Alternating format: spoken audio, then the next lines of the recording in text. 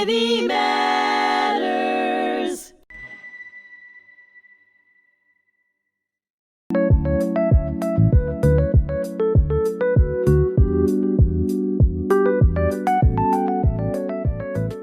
Hello, and thank you for joining me today. I'm your host, Carin Bail, and I'm here with Sami Steigmann. This podcast is a production of the Holocaust Memorial and Tolerance Center of Nassau County. And on today's episode of It's All About the Children, Sami and I are going to talk about a couple of things. We're going to talk about the March of the Living, which he recently attended, which was a very meaningful and impactful moment for him. We're going to talk a little bit about education. We'll talk a little bit about how we're going to keep this story alive of what happened. I wrote some notes today. And maybe some personal reflections. So let's get started. How you doing, Sami? It's been a little while since we last met. I am doing very well. Yeah? I wanted to ask you, now that I've known you for quite some time, and we've spent a little bit of time together, you spend a lot of your time, you've dedicated a lot of your life to sharing your story. I want to ask you, what keeps you so motivated to keep engaging, especially with young people? For me, it's not a hobby. For me, it's a life's mission to educate the next generation and to learn from the past and to know how to prevent future tragedies. I also advise them, how to do certain things. But the most important thing is what propels me to keep doing it is when I see the reaction of the young people to when I end my presentation and from the comments that I am receiving. And if you want, I can tell you 3 comments that I would put them in the top 3. Well, you don't know because you got a lot of comments today, so they could make their way up there as contenders. But they are not going, to override the top 3. We don't know. What are those top 3? Number 1, I don't know which one, but from Chabad, I got the comment, you are like a menorah. You bring light where there is darkness. Number 2, I was at the convention, 3-day convention of Stand With Us in Las Vegas. From the big stage, I spoke to 1,000 people. They had exceptionally good speakers from different countries, people that are really, really very well known. Interestingly enough, the students thought that I was the best. In one young person from Texas, he said, this is Sami's world. We just live here. And the third one was a seventh grader. From all the comments that I got, she was the only one that noticed the difference between my presentation and all the other survivors. And that made me very proud. I think that when I hear you speak and I hear you share, how proud you are of your faith and your experiences and how you try to bring that kind of into the spaces in which you speak, you don't focus on the negative. And the fact that student recognized that you're taking things that happened in your life. Is it hard, to talk about the Holocaust for you at all? Because I know that you were just at March of the Living, and I know that you were able to be part of something that for you was probably at the top of your bucket list. And Correct. That's a really special thing. Why don't you share with us, some of your experiences of that? Number 1, for me, it's not very difficult to talk about the Holocaust because I don't dwell on it. Every person goes through a trauma. For that particular person, it's extremely difficult to remember. So for me, the Holocaust is just the background. People have to learn how people overcome obstacles not only from Holocaust survivors, but also from people that survived cancer. Losing somebody, very important in their lives. There are many, many instances that we can learn from other people. For me, the most important thing is to teach the young people how the genocide and the Holocaust happened. It happened with words and bullying. You can bully a person or a group of people. And I also explained the difference between genocide and Holocaust. People have a tendency to lump things together when they're not the same. Elaborate on that? Yeah, I would love to know. Well, for me, genocide is made out of two words. Geno, which means group. Side is murder. This is the murder of a group of people. I was aware of three types of English words that had in them the word side. Infanticide, murder of an infant, homicide, suicide. However, I Googled it. And to my surprise, I found out, depending on the source, that there are at least 155 or 166 words that include the word side. Wow. Much of the living, there were delegations from all over the world, and they had 18,000 students. With COVID, the number was less. Last year, when I was on the March of the Living, it was 9,000. This year, we were not able to go to Israel. We stayed 2 days longer in Poland. And for me, it was the highlight. So how many people were able to come on this trip? 7,000. Okay. Interesting enough, there were 50 survivors.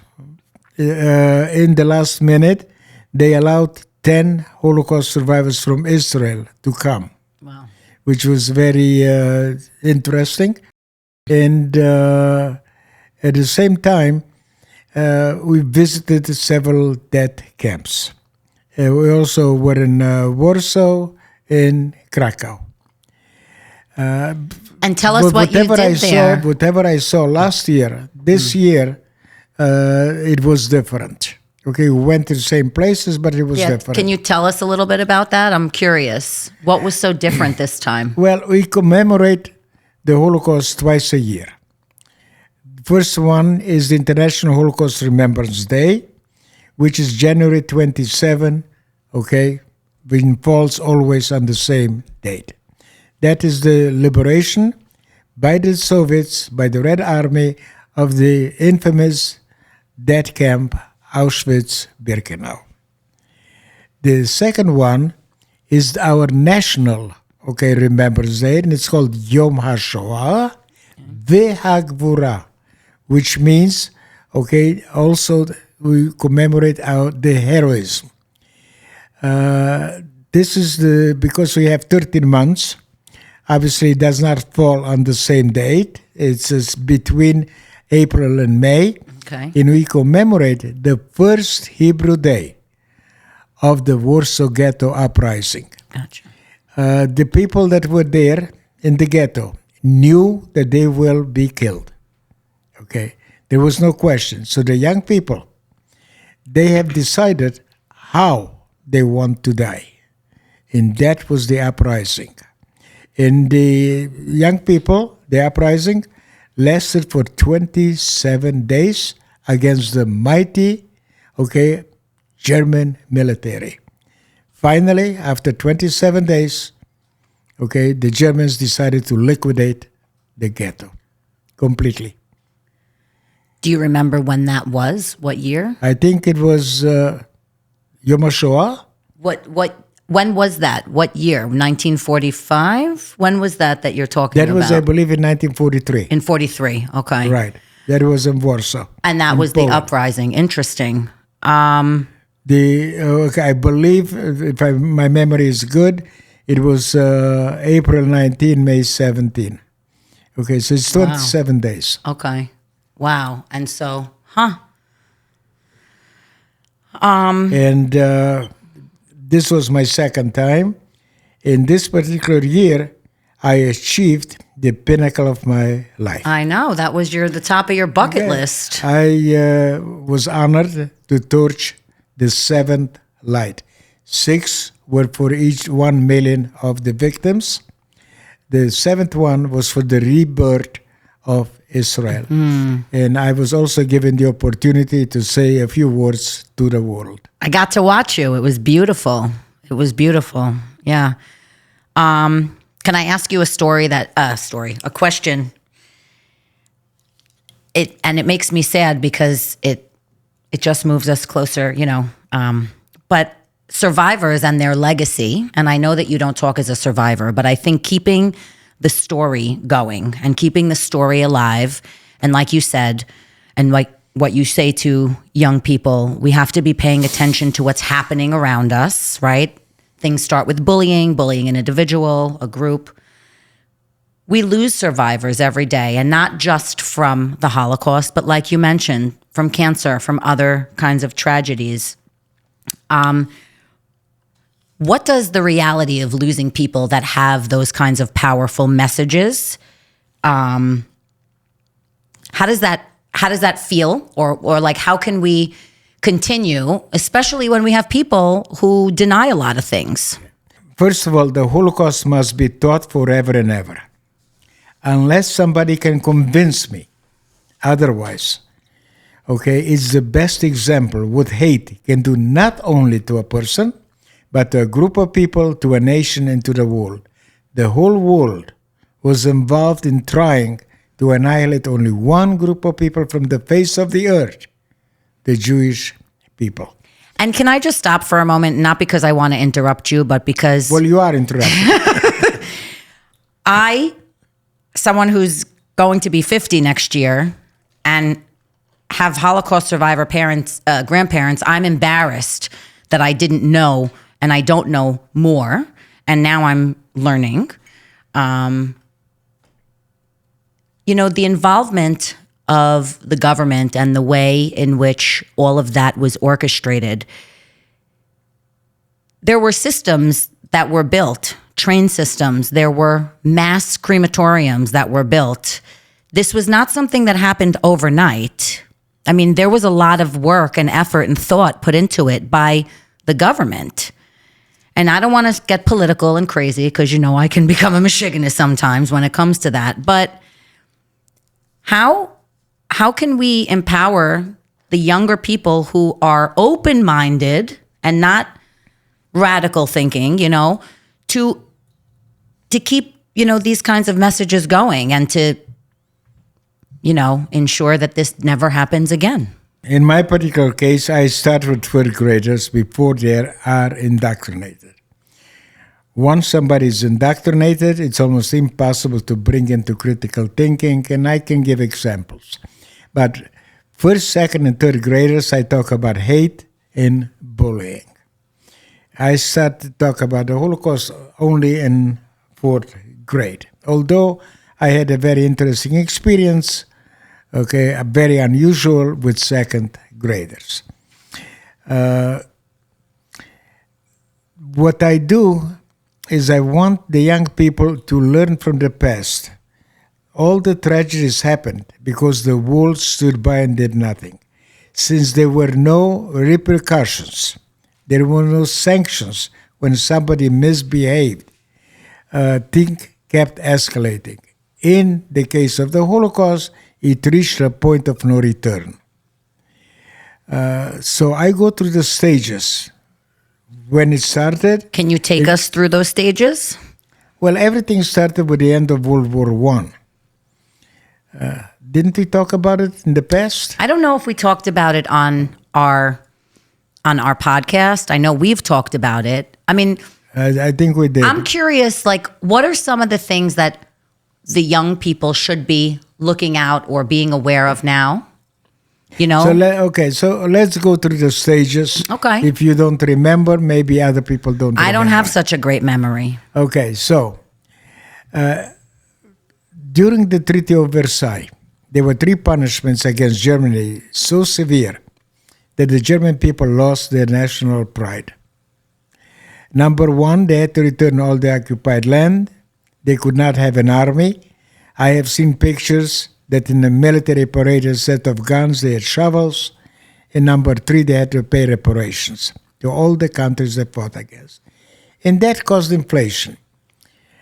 We are all aware of personal inflation. We go to the store, prices are up. But very few people pay attention to the national debt. And this country is in debt today of $39 trillion. Nobody knows what $1 trillion is. But I was pleasantly surprised. When I was in Germany, they knew the answer to the following. In 1917, $1 American was worth 4 German money. At the height of the inflation in 1923, 1 American was worth 1 trillion. Oh. You could have a wheelbarrow full of paper money, and you could not buy even a newspaper. Nobody wanted it. They used it to warm themselves up in the winter. And that's why I'm saying we have to learn from the past, but not to compare it. And all the parties start very small. We dismiss them. And by not reacting in time and appropriately, they reach a point that it's very difficult to deal with them. And you don't see any of the same kinds of things happening today? Of course. The best example that you have is BDS. They started very small. Nobody paid attention. They went to campuses. They succeeded. And they're going now to schools, and they're going now to they public succeeded schools. Already. They already succeeded in high school. Right now, they are going to middle school. You're right. Okay? And we did not react in time. So you can see how they're gaining power and difficult to deal. So knowing how difficult it was for the German people, Hitler, he started small. He was dismissed. But he and the Minister of Propaganda, Joseph Goebbels, said something that we must remember today. A lie told long enough becomes truth. The bigger the lie, the more credible it is. And Hitler said, German people, I know why you're suffering. The German army did not lose the war. We were betrayed and stabbed in the back by the communists. They came always first. They were feared. As a matter of fact, the first concentration camp in Germany, Dachau, the Nazis did not go after the Jews. They went after the political enemies, the communists. It so happened that most of the communists were Jews. Okay, and then the Jews came second, but the Jews were hated, unlike the communists. Wow. Okay, so Hitler in the Nazi party, okay, his people, they were exceptionally good in PR. And through propaganda, in 1932, during the elections, they got 30% of the German vote. Wow. The people knew what's happening, but they dismissed it. They didn't react in time and appropriately, and I'm not going to repeat it. So basically what happened is his initial goal regarding the Jews was not to murder them, like a lot of people believe. It was to have a Germany free of Jewish people. He actually asked other countries to accept the Jews. Nobody wanted them. Wow. Comes the next stage. With his small pockets of resistance, yes. But in general, there was silence. So in 1935, to make him leave, he came out with the Nuremberg laws. In the Nuremberg laws, it said, German people, do not associate yourself with your Jewish friends and your Jewish neighbors. The Germans were and are even today law-abiding citizens. To understand what I'm saying, law-abiding citizen. In the United States, 65 miles an hour is the benchmark. In Germany, 65 miles an hour is the speed limit.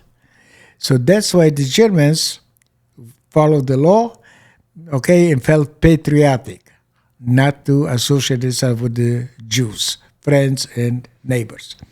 Their real coup d'etat when it came to PR was the 1936 during the Olympics in Berlin. Okay.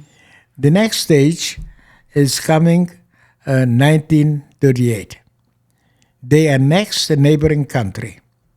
There is a difference between annexation and occupation. In occupation, yes, the government is run by the country that occupies you, but the local people, the local government, they can still follow certain of their own laws. Okay.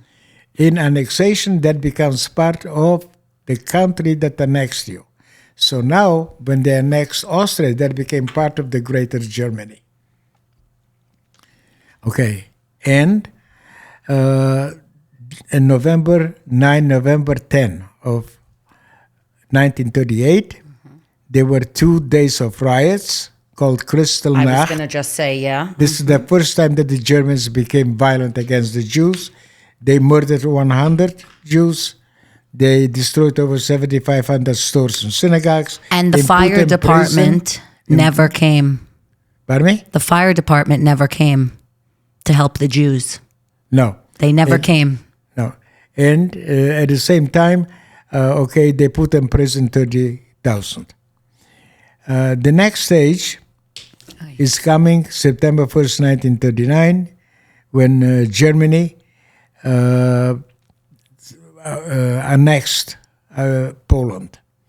And that was the beginning of World War II. But in Germany, they did not want any Jews. But when they annexed Poland, became part of the Greater Germany, they found 3.3 million Jews. What do you do with them? And that came the idea of exterminating them. God. And initially, very slow, primitive ways. Okay, and until 1942, it was called murder by bullets. Okay, the next stage is coming June 22nd, 1941. In Operation Barbarossa, Germany broke their agreement with the former Soviet Union not to attack each other. And coming from the West, they attacked today's Ukraine. And in Ukraine, they murdered 1.5 million Jews by bullets. Oh, God. The next one came January 20, 1942. That was the first time that the 15 high-ranking Nazi criminals got together to decide a final solution to the Jewish question. That is the official day of the start of the Holocaust. They came out with a list of all of the European countries, depending on the source, 9.5, 11 million Jews. Once they were going to murder all of the European Jews, they were going to open up a museum in Prague, and they were going to call it the Museum of the Extinct Race. Oh, my God. Okay, obviously they could not do the whole world at one time, so they started with Europe. The other thing is, when you take a person or a group of people and you name it by the name of an animal, that is dehumanizing them, and that is a license to hurt them. And they portray the Jews as threats. Just like Jews, they're very small in number, they live all over the world, but they spread disease. And by portraying the Jews as threats, they convince that the whole world that the Jews are not only a danger to Germany, but to the world. And that's what we have to understand and to see the signs of today, and we must respond immediately and enforce and appropriately and in time. Otherwise, it will keep escalating. Oh, my God. How do we digest all of that? That was a lot, Sami. That's all new information. And I want to say thank you for sharing that, because those were a lot of different recounts of things that happened. And all I keep thinking in my mind as you're talking is, what are things that are happening today that are similar? I mean, thankfully, we haven't had that kind of violence yet. I don't want there to be, but we're definitely going to continue this conversation in part 2. And I just want to say thank you for tuning into this special episode of Sami and Carin Speak. and sharing insights today on It's All About the Children. If you enjoyed exploring this information, history, and stories in today's conversation, please subscribe and share, and you can check us out. Until next time, thank you.